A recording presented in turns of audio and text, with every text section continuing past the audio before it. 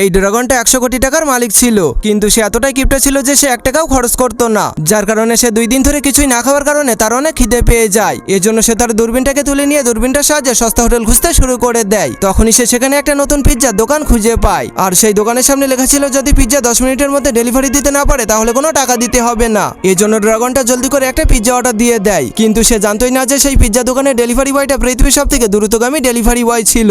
এরপর সে ভাবতে শুরু করে সে কিভাবে পিৎজাটা ফ্রিতে খেতে পারবে, কিন্তু যখনই সে দেখতে পায় ডেলিভারি বয়টা দ্রুত তার দিকে আসতে শুরু করে দিয়েছে, তখনই সে জলদি করে ব্রিজটাকে উপরে তুলতে শুরু করে দেয়। কিন্তু এর ফলেও ডেলিভারি বয়টা না থেমে এক লাফে এই ব্রিজটাকে পার করে ফেলে। এরপর সে দ্রুত ড্রাগনটার দিকে যেতে শুরু করে দেয়, যার কারণে ড্রাগনটা অনেক রেগে গিয়ে দেখতে পায় যে টাইমটা শেষ হতে চলেছে। এর জন্য এইবার সে একটা বিশাল পাথরকে রশির সাহায্যে বেঁধে দিয়ে ডেলিভারি বয়টার দিকে ছুড়ে দেয়, কিন্তু এর ফলেও সে না থেমে পাথরটার উপরে উঠে পাথরটার সাহায্যে তার স্পিডটাকে বাড়িয়ে নেয়। এরপর সে অবশেষে 9 মিনিট 59 সেকেন্ডে ড্রাগনটার কাছে চলে আসে, যা দেখার পর ড্রাগনটার মনটা অনেক খারাপ হয়ে যায়। এর জন্য সে নিজের চোখটাকে বন্ধ করে নিয়ে ডেলিভারি বয়টাকে পিৎজার টাকাটা দিতে শুরু করে দেয়। কিন্তু তখনই ডেলিভারি বয়টা ড্রাগনটার হাতে পিৎজাটাকে দেওয়ার পর বলতে শুরু করে আজকে এই দোকানটা উদ্বোধন হওয়ার কারণে সব পিৎজাগুলো ফ্রিতে দেওয়া হবে। এরপর ডেলিভারি বয়টা সেখান থেকে চলে গেলে ড্রাগনটা অনেক খুশি হয়ে যায়। তখন সে কয়েনটাকে হাতে নিয়ে ভাবতে শুরু করে এভাবে সে ফ্রিতে খাবার পেলে আরো বেশি গিফট আমি করে বড়লোক হয়ে যাবে।